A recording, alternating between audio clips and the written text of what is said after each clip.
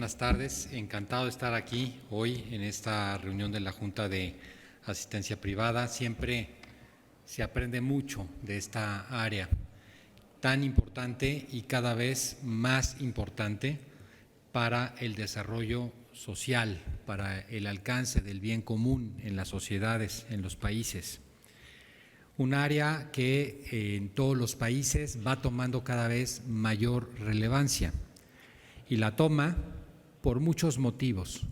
Uno muy particular es que la estructura fiscal de los países, el dinero que tienen los gobiernos para invertir en las personas, para invertir en la sociedad, cada vez es más escaso. Cada vez la proporción de la fortaleza financiera de los gobiernos pública es sin duda más limitada para poder hacer muchas de las funciones, además de otras que no hacen los gobiernos. Qué importante y qué relevante para cualquier sociedad comprender que lo público, esto que hacemos en las juntas de asistencia, que aunque es una junta de asistencia de instituciones privadas, estamos en el espacio público porque ayudamos a un país, es muy superior a lo que hace simplemente el gobierno. Lo público es de todos y eso me parece que es una función fundamental. Quiero agradecer la invitación a Fernando Balzaretti por poder estar aquí hoy, a todos ustedes por recibirme. Y quisiera yo hacer una serie de reflexiones con ustedes que me parecen importantes en este momento.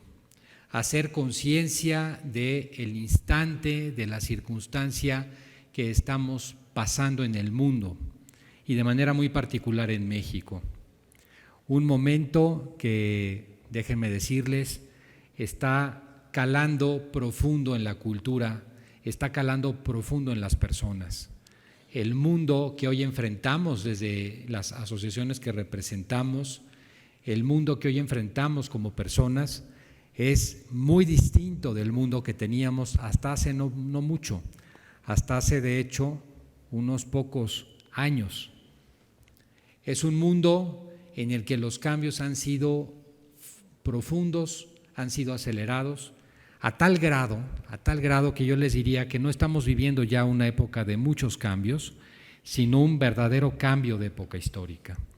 Y me parece que esta es una de las cuestiones que tendríamos que tener en conciencia. Cambio de época histórica.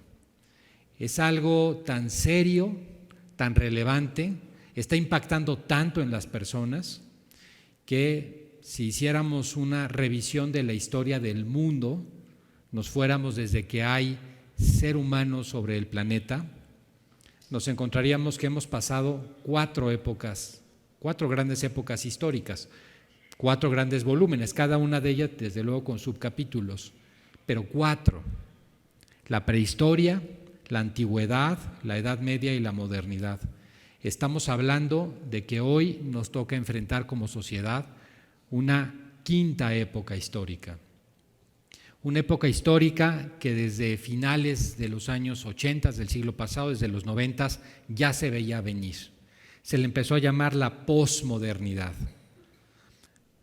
Todavía sin nombre propio, porque posmodernidad quiere decir lo que sigue después de la modernidad. Hoy, y sobre todo después de la pandemia, ya tenemos mucha mayor claridad. Algunos ya le empiezan a llamar a esta época la época o la era de la artificialidad, una era en la cual hemos cambiado como personas, pensamos distinto, sentimos distinto, el tiempo y el espacio pasan de manera distinta para nosotros. Para poner un solo ejemplo de lo que estoy diciendo, esto del tiempo y el espacio, que puede sonar algo curioso ahora que lo escuchamos, ahora que se los estoy diciendo, hago la pregunta. Cada uno de ustedes se la puede responder. Estamos ya a mediados de noviembre del año 2023. Si yo les preguntara, oigan, ¿cuánto tiempo hace que estaban ustedes en la Navidad? Estaban con el pavo navideño del 2022. Muchos me van a contestar, ayer. ¿Cuándo pasó este año?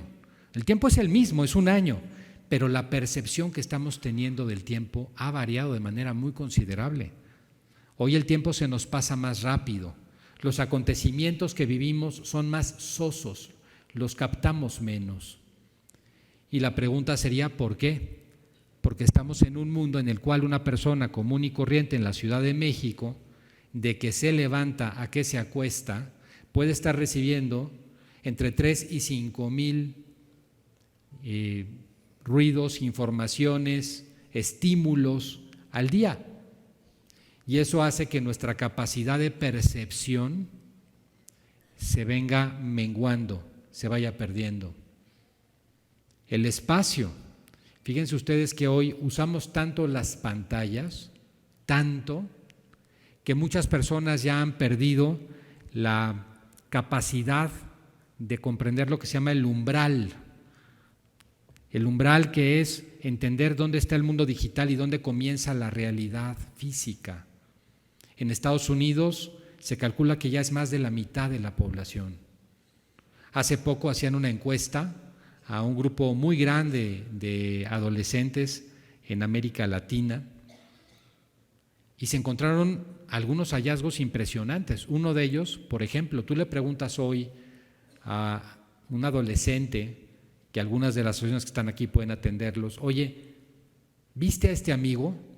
Y te va a contestar, sí, lo vi. Oye, ¿de qué hablaron? Y te va a contar, pues hablamos de esto y hablamos de lo otro. Ah, muy bien. Pero pregúntenle, oye, ¿cuándo lo viste? Y ahí se va a empezar a resbalar. Ya no te vas a saber si fue en el jueves, si fue el martes, si fue el miércoles. Pero más allá de eso, lo más importante, pregúntenle, oye, ¿y dónde lo viste? Y en muchas ocasiones no va a recordar si fue vía Instagram, si fue unos mensajes de WhatsApp, si lo vio por Zoom o lo vio presencialmente. Estamos viviendo un momento en el que gran parte de lo que vemos, de lo que pensamos, está teniendo que ver con la artificialidad. Es una nueva manera de captar la realidad. Y esa nueva época, esta época de la que estoy hablando, trae consigo muchas características, trae consigo crisis, necesidades que a veces no están tan a la vista, pero que son profundas y que deberíamos de estar atendiendo como sociedad. Crisis que no son las que vemos en los periódicos, que no son las que escuchamos de los analistas políticos o financieros, porque estas son crisis profundas, crisis que afectan a la persona en lo más hondo de su ser. Me voy a referir a estas crisis que son las 6 grandes crisis de la actualidad y me refiero a ellas en este entorno que estamos viviendo porque son las que tendríamos que estar atendiendo de una manera o de otra como sociedad. Muchos de los que están aquí, algunas de estas crisis ya las atienden con el objeto que tienen, pero creo que es importante hacer conciencia de ello. Son crisis que hace 15 o 20 años no eran tan claras y hoy, y sobre todo después de la pandemia, están en el centro de la vida social. Crisis que, si no las vamos cuidando, nos van a ir ganando territorio. La primera crisis que hoy vivimos en esta época de la artificialidad es una crisis de soledad. Así como se escucha y suena raro porque pocas personas tratan de este tema. En el año 2021 se publicó un estudio en Estados Unidos con muestra de los 50 estados de la Unión Americana, en el que se veía que la mayoría de la población de Estados Unidos no había hecho un solo nuevo amigo en los últimos 5 años. En España, los hogares unipersonales, donde las personas viven solas con una mascota regularmente, con un perrijo como se le llama ahora, aumentan todos los años a doble dígito. Estamos todos juntos, pero estamos muy aislados, estamos solos. Y psíquicamente, psicológicamente, no atender este problema va a acabar, a lo que ya estamos llegando, a los mayores niveles de ansiedad y depresión social que hemos tenido históricamente desde que tengamos memoria. La soledad, se dice en la psicología, mata, porque la soledad termina generándote otro tipo de problemas, inclusive de carácter físico. Hace unos años, en el año 2015, se publicó un estudio que se hizo famoso por ser el más largo de la historia. Un estudio realizado por la Universidad de Harvard en Estados Unidos. Vieron a un grupo de personas para saber qué es lo que las personas las desarrolla, las hace felices, les da salud, y las siguieron nada más por 75 años. Un grupo de 700 personas, los últimos ya nonagenarios que quedaban, ya muchos habían fallecido cuando se presentó el resultado del estudio. Y el resultado es impresionante. ¿Qué es lo que hace que una persona viva más años? ¿Qué es lo que hace que una persona sea más feliz? Sus relaciones humanas, no el colesterol necesariamente, que claro que influye, no solamente la alimentación, sus relaciones humanas es lo que más impacta a las personas. Por eso una crisis de soledad no es un tema menor y es un tema que hay que atender socialmente. En este entorno estamos también teniendo una segunda de estas 6 grandes crisis, una crisis que nos atraviesa por la mitad, que es la crisis de identidad. Hoy, un número muy importante de personas, mayoritario ya, tienen crisis de saber en el fondo quiénes son, acertarse cómo son, y quien no sabe quién es, pues menos sabe a dónde va. ¿Y esto a qué se debe? Sería la pregunta. ¿Por qué esta gran crisis de identidad que hoy vemos reflejada de muchas maneras? Personas que buscan de alguna manera autoafirmarse a través de distintos elementos. Bueno, esto tiene que ver con que todas las personas en nuestro ser tenemos 4 yos. 4 yos que son nuestra parte interna. El yo que realmente somos, el que muchas veces no conocemos, ese yo que podemos estar toda la vida intentando perseguirlo. Ese primer yo que desde los antiguos griegos se decía, en Pitágoras, en aquel templo, conócete a ti mismo. Qué difícil es conocerse a uno mismo, porque más uno va cambiando con el paso de la vida. Y porque los cambios, los que menos los percibimos somos nosotros mismos. Hay un segundo yo, que es el yo que yo creo que soy, el que supongo que soy, que se le llama el ego. Ese yo que muchas veces es el que se lastima cuando tengo un problema. Ese yo que en muchas ocasiones se convierte en mi más grande enemigo sin que yo me dé cuenta. Hay un libro ahí que se volvió un bestseller en Estados Unidos hace unos pocos años, de Ryan Holiday, que se llama así, el ego es el enemigo. Hay un tercer yo que es el yo que ven los demás, que muchas veces, la gran mayoría, no coincide ni con el yo auténtico, ni con el yo que creemos que somos, es otro yo. Y finalmente el nuevo yo, que ha venido a distorsionarnos todavía más, que es el yo que mostramos en las redes sociales. Más del 90% de lo que se muestra en las redes sociales es falso. Una buena amiga, que es una psiquiatra, Marian Rojas Estapé, cuenta que estando en su consultorio recibe a una niña muy guapa, tipo modelo, muy arreglada, y va a la consulta psiquiátrica. Y llegando al consultorio se pone a llorar desconsoladamente. Llora, está en una situación límite, no sabe qué hacer con su vida. Y en ese drama, de repente le suena una alarma del celular y le dice a la doctora Marian Rojas, oye, ¿me permites un momento? ¿Me permites tu baño? Va, entra al baño, se vuelve a maquillar, sale como si nada, todas esas lágrimas que habían corrido por su rostro las tapa y entonces toma su celular, se lo pone así y empieza a transmitir sobre la felicidad. ¿Cuántos influencers no están en la misma situación? El gran tema es que cuando los yos que integran nuestra persona no están alineados, cuando usamos avatars para las redes sociales, cuando proyectamos lo que quisiéramos ser y no lo que somos, cuando el yo que soy no coincide con mi ego, cuando mi ego no coincide con lo que realmente ven los demás, la persona en el fondo está rota por dentro, tiene una crisis de identidad, no sabe quién es. Bueno, pues esto hoy pasa muchísimo más de lo que nos pasaba hace 10 o 15 años y hay mucho trabajo que hacer ahí. Una tercera crisis es la crisis de atención. Fíjense ustedes que hoy, con el uso de las pantallas, las personas han fragmentado su atención. Ahora no son capaces de poner atención de manera seguida a algo. Fíjense ustedes cómo las personas están zapeando con el control remoto en la televisión. En estudios hechos en Estados Unidos, un estudiante que va a hacer un trabajo en la computadora se mantiene con atención 65 segundos antes de cambiar a ver alguna noticia o una cosita que le llegó o alguna cosa de redes sociales o de internet. 65 segundos. Y en un aula te mantiene atención plena hasta 90 segundos. ¿Y esto por qué ha sucedido?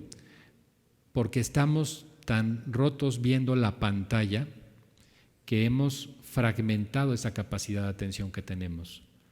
¿Cuántas cosas de la vida se nos pasan a las personas sin que nos demos cuenta?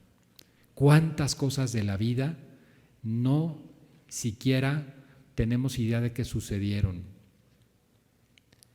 En una escuela de negocios en Estados Unidos, hace algunos años, hicieron un experimento. Pusieron a 70 personas, eran MBAs, estudian la maestría en negocios, y les pusieron un video. Y en ese video les dijeron, van a aparecer unos jugadores de básquetbol. Y los jugadores de básquetbol se van a estar tirando el balón muy rápidamente. Y de lo que se trata es que cuenten los pases que se dan los jugadores. ¿Listos? Adelante. Entonces ahí está todo el mundo contando. Entonces un jugador le pasa la pelota al otro y el otro y el otro.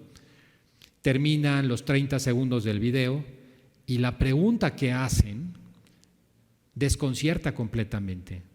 La pregunta es, ¿quién vio al gorila? Pues, ¿cuál gorila? Pues a menos de que uno de esos jugadores lo veas como gorila, pero fuera de eso, pues no sé a quién te refieras. Entonces, sí, al gorila. Entonces vuelven a pasar al video y por ahí del segundo 7 del video aparece en pantalla efectivamente una persona disfrazada de gorila, una botarga de gorila. Se pone enfrente de los jugadores y te está saludando a la cámara. Se da la vuelta y regresa. Hay gente que dijo, ese no es el video que me enseñaste, es otro video. Pues no, era ese video. Esta crisis de atención está acabando también con nuestra capacidad de pensamiento.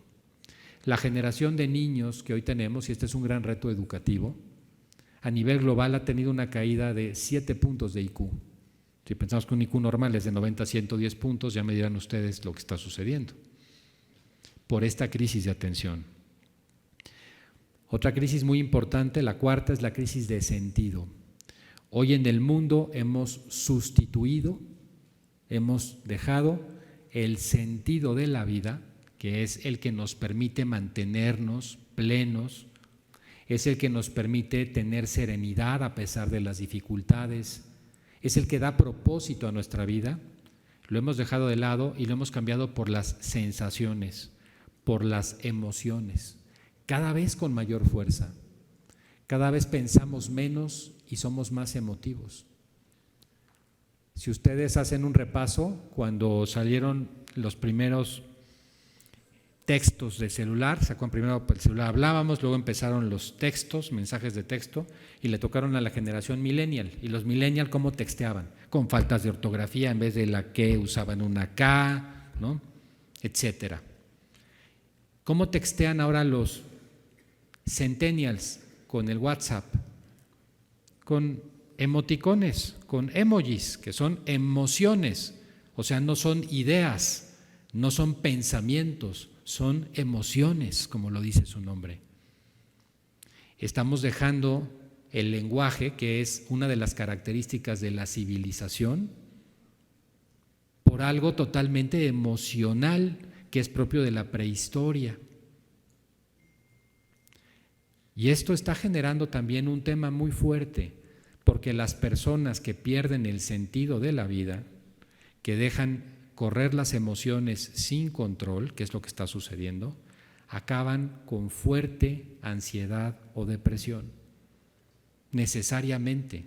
En un día tú te puedes levantar cansado y medio enojado, pero al rato ya tienes una buena noticia, pero al rato estás triste, pero al rato recuperas. En un solo día puedes tener 7, 8, 9, 10 emociones distintas.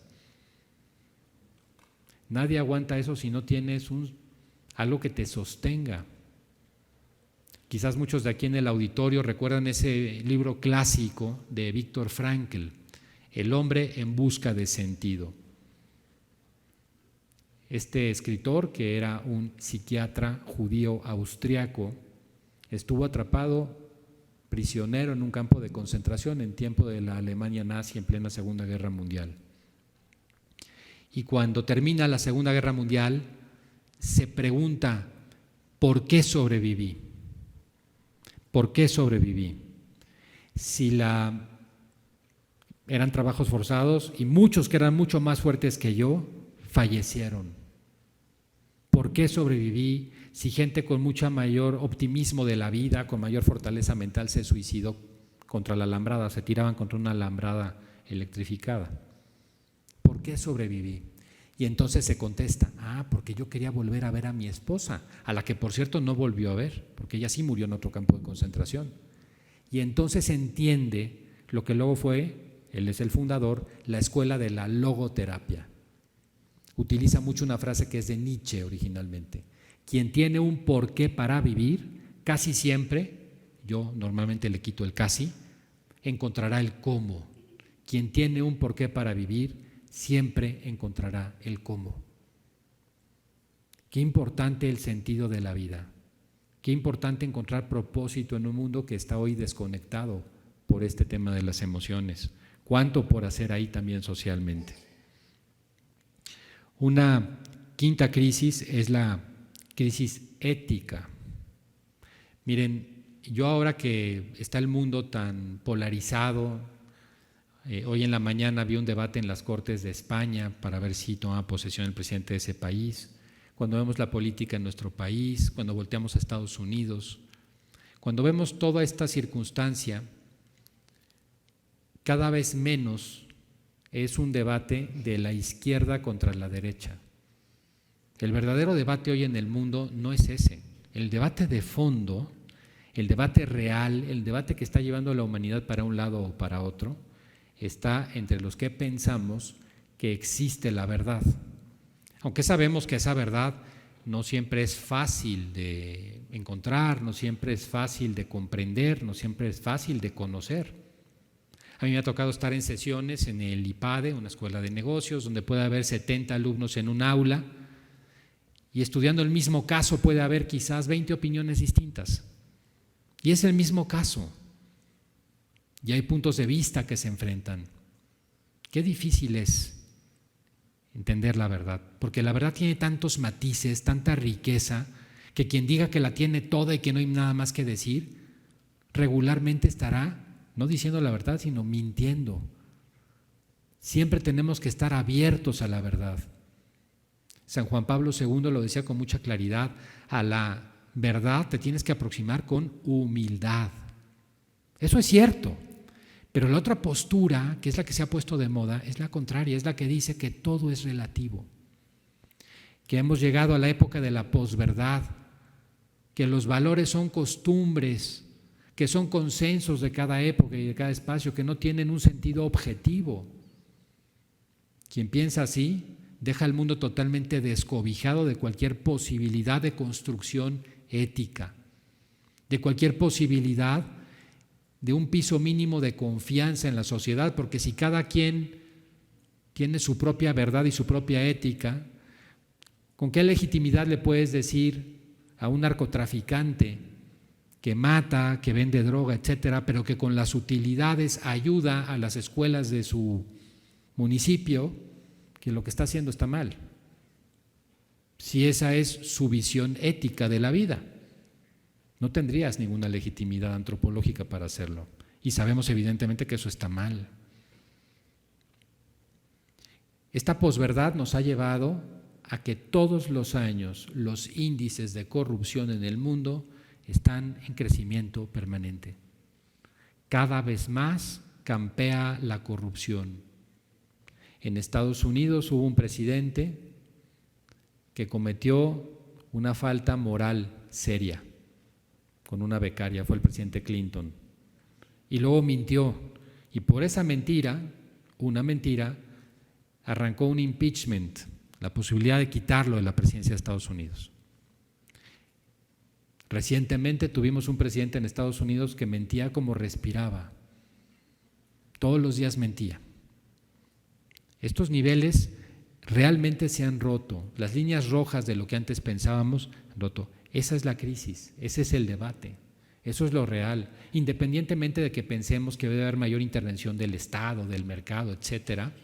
Ese es el debate real. Y finalmente, una gran crisis de confianza. La confianza es esencial para que las personas nos podamos expandir. Tú no te subes a tu coche en la mañana si no tuvieras confianza de que ese vehículo va a responder cuando frenas. Tú no harías compras donde piensas que te van a defraudar. La confianza es necesaria para que las sociedades crezcan. De hecho, algunos de los indicadores más exactos del comportamiento de la economía son los índices de confianza del consumidor, precisamente. Hoy hay una gran crisis de confianza, las personas no nos creemos. Hay mucha información en Internet, pero lo que vemos de toda esa información, pues es que no sabemos qué es real y qué es fake news. Hoy es un problema de confianza. ¿Cuánto tenemos que hacer desde este sector en el que estamos? ¿Y cuánto podemos aportar, cada quien desde su trinchera, a estas distintas crisis que hoy aquejan al mundo? ¿Cuánto podemos aportar a la confianza? ¿Cuánto podemos aportar a un sentido más claro en el que podamos acompañar a las personas que están en crisis de soledad? ¿Cuánto podemos ayudar a la educación para superar esta crisis de atención en la que estamos? Cada quien, insisto, en lo propio, pero hay mucho que hacer. Ahora, yo no podría hablar solamente de crisis y quedarme en eso, si no intento cerrar un poco también. ¿Me pueden prender este otro micrófono? ¿Sí? Si no habláramos también de que aquí estoy ya, que es fundamental, que es la esperanza. Y permítame decirlo, porque uno oye las crisis, ves los problemas que hay en el mundo, que es importante saberlo, porque estas crisis que yo les he dicho aquí, se habla poco de ellas, son crisis más silenciosas y sin embargo son las que más afectan a las personas. Ahora, ¿cómo atenderlo? Con esperanza. Recuperar la esperanza se convierte hoy en una necesidad vital para la sociedad.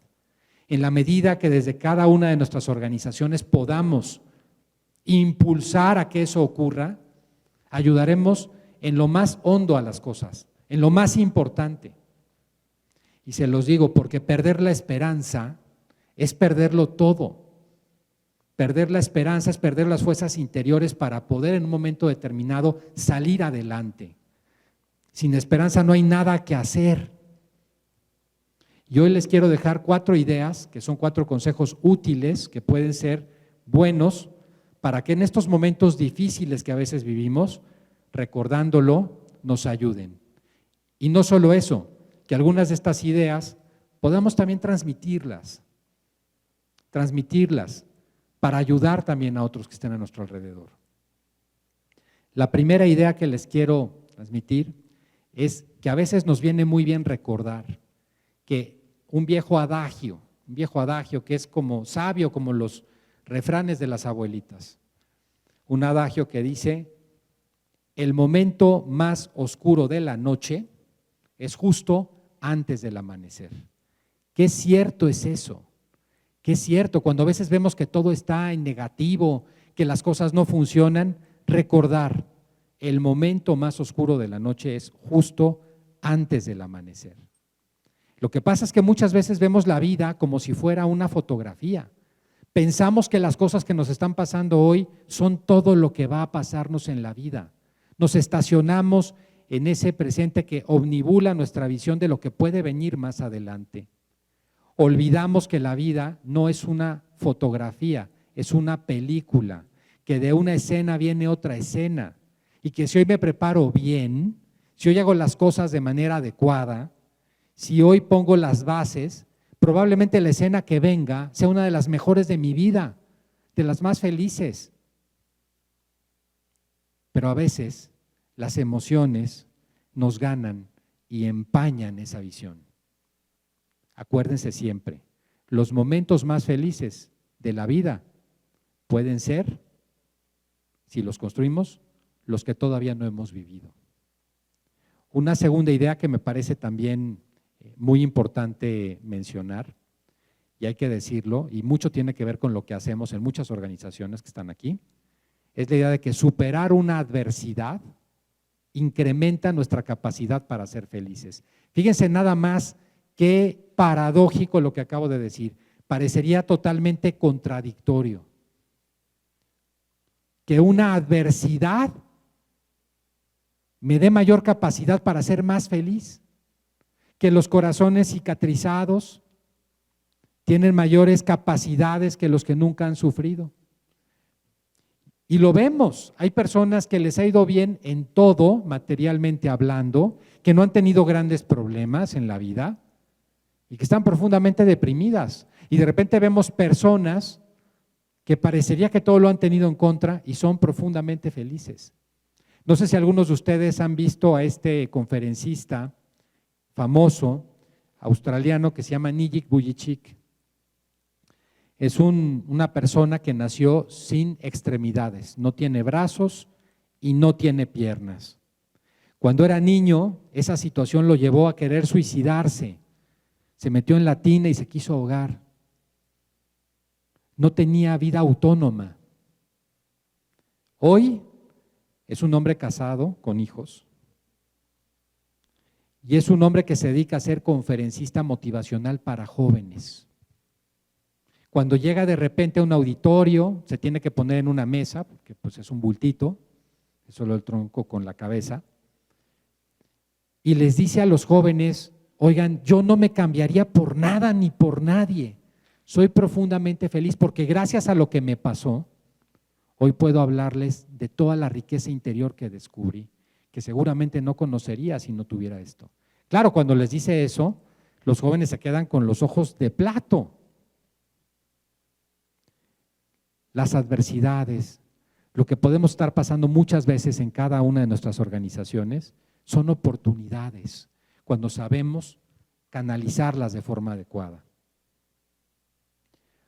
Una tercera cosa que quiero dejar aquí como idea, que me parece que es otro buen consejo, es buscar espacios de silencio y de paz interior se vuelve fundamental.